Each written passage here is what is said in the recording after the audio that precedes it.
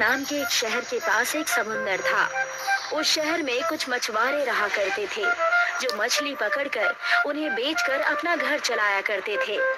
उसमें एक शातिर मछुआरा था, ओमकार नाम का।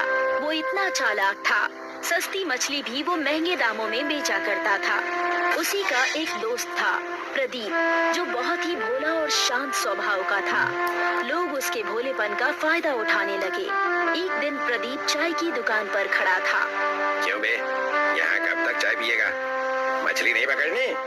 मछली पकड़नी तो है, लेकिन अच्छी मछलियाँ गहरे समंदर में जाकर ही मिलती है, और वहाँ भी कुछ मछुआरों का कब्जा है। तो हम कहाँ जाएं? अरे तुम तो हमेशा आलस और निठल्लेपन की बातें करते हो। आज चलो मेरे साथ, हम दोनों दोस्त मछलियाँ पकड़कर घर ले आएंगे। और दोनों दोस्त मछलियाँ पकड़ने समुद्र पर जाते हैं। बड़ी बड़ी लहरें चल रही होती है। समुद्र में तूफान आने के संकेत होते हैं। जैसे ही ओमकार और प्रदीप समुद्र के अंदर पहुंचते हैं, वहां उन्हें दो खूंखार मछुआरे मिल जाते हैं। अरे ये देखो, वहाँ से दो और मछुआरे आ रहे हैं। लगता है इन्हें भी मछलियाँ पकड़नी है, इसीलिए ये इतने गहरे समंदर तक आ गए हैं। हमें इन्हें यहाँ से भगाना होगा, वरना ये दोनों ही हमारी मछलियाँ ले जाएंगे।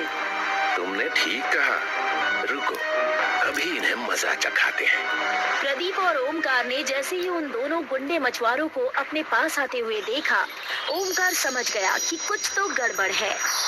क्यों, तुम दोनों अगर यहाँ मछली पकड़ने आए हो तो क्या हम समंदर में घास छीलेंगे? नहीं नहीं भाई, घास क्यों छीलोगे? इतना बड़ा समंदर है, मछलियाँ ही पकड़ लेना। बहुत जबान चल रही है तुम्हारी, जानते नहीं हो कौन है हम? ये पूरा समंदर हमारा इलाका है। ओमकार ने यहाँ चतुराई के साथ जवाब दिया और कहा, अरे आप दोनों तो गुस्सा हो रहे हैं, ये तो कुछ भी बोलते रहता है। हम जितनी भी मछलियाँ पकड़ेंगे उसकी आधी हम आपको दे देंगे। इससे आप भी खुश और हम भी खुश। तुम हमें समझदार लगते हो। चलो, तुम्हारी समझदारी के कारण हम तुम्हें अपने साथ रख लेंगे, लेकिन इस लड़के को भगाओ यहाँ से, वरना इसकी नाव तोड़कर इसे हम समंदर में कहीं का नहीं छोड़ेंगे। उन मछुआरों की बात सुनकर ओमकार खुश हो गया। उन्होंने ओमकार को मछली पकड़ने की इजाजत दे दी। चलो जाओ तुम यहाँ से, वरना तुम्हारी वजह से ये मुझे भी मछली पकड़ने नहीं देंगे। चले जाओ यहाँ से। अगर मैं यहाँ से चला जाऊंगा तो मछली कहाँ पकड़ूंगा? मेरा परिवार भूखा रह जाएगा। जाओ किनारे की तरफ जाकर पकड़ो और वहीं रहना।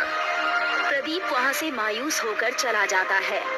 वहाँ जाकर उसे कड़ी मेहनत करने के बाद भी 4 मछलियाँ ही मिलती हैं।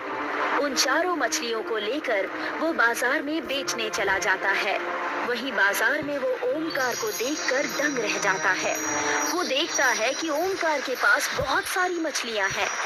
तुमने इतनी सारी मछलियाँ पकड़ ली? मुझे तो बस 4 ही मिली। आज इसी से गुजारा करना होगा। खैर, मेरी तो बात ही कुछ और है। मैं तुम्हारी तरह बेवकूफ थोड़ी हूँ। उस दिन उन चारों मछलियों को बेचकर प्रदीप घर जाकर सो जाता है।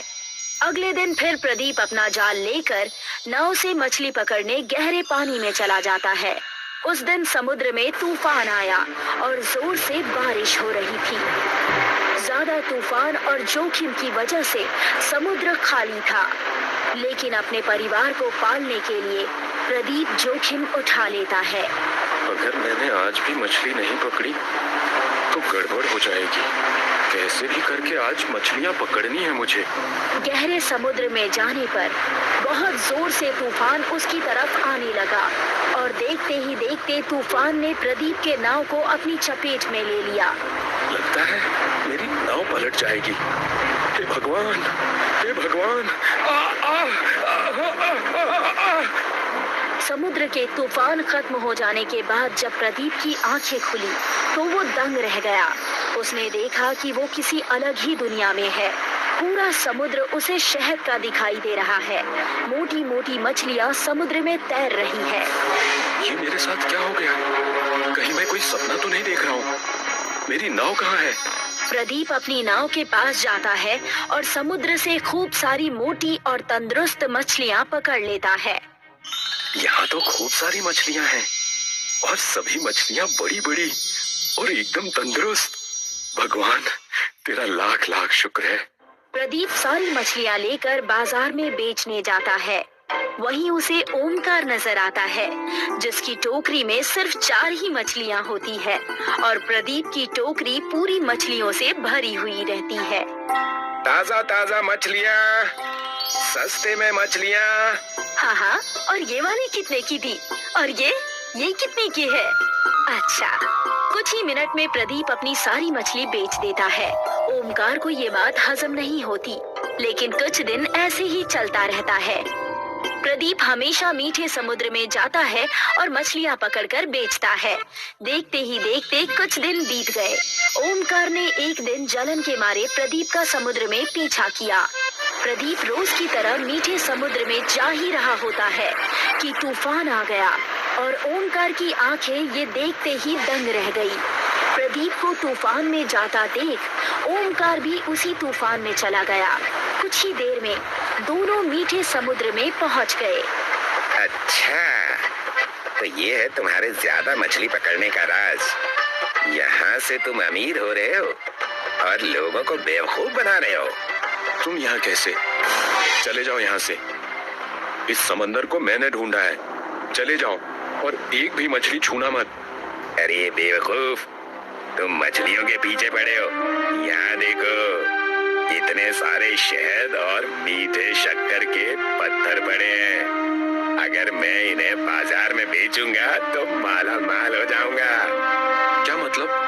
जरा ध्यान से देखो। इस जगह तुम्हें जो भी चीज नजर आ रही है, ये सब मछली से ज्यादा महंगे और खूब सारे हैं।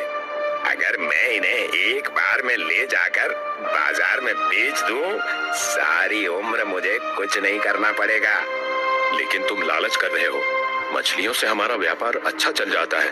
खामखा हम इतनी लालच क्यों करें? तुम चुप रहो और अपना काम करो। प्रदीप की एक ना सुनकर ओमकार शहद और सारी चीजें लूटने लगता है कि उतने में ही वहाँ बहुत सारी मधुमक्खियाँ आ जाती है और उसे शहद और मीठे समुद्र को लूटता देख उसे काटने लगती हैं। अरे बचाओ, अरे बचाओ, हे भगवान बचाओ, बचाओ। प्रदीप उसी समय अपने आप को छुपा लेता है और ओमकार को देखकर हंसने लगता है। ये लो लालच का नतीजा। मिल गया ना प्रसाद तुम्हें, और बनो अमीर। इसी के साथ मीठे समुद्र की मदद से